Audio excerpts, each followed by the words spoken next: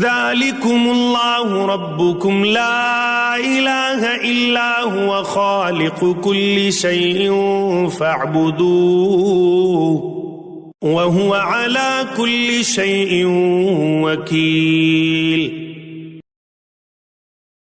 ذالکم اللہ ربکم، وہ ہے اللہ تمہارا رب۔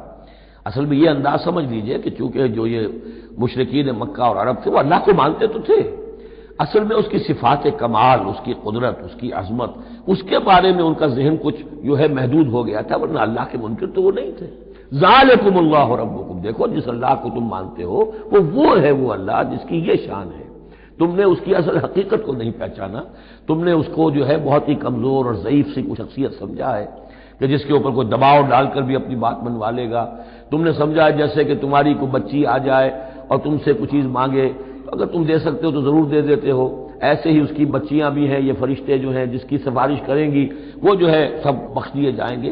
یہ تم نے اپنے اوپر قیاس کر لیا ہے اللہ تعالیٰ کو، اس کی قدرت، اس کی عظمت، اس کا وراء الورا ہونا، اس کا بکل شیء علیم ہونا، اس کا علی کل شیء قدیر ہونا، اس کا ہر جگہ پر موجود ہونا، اس کا تم تصور نہیں کر پا رہے۔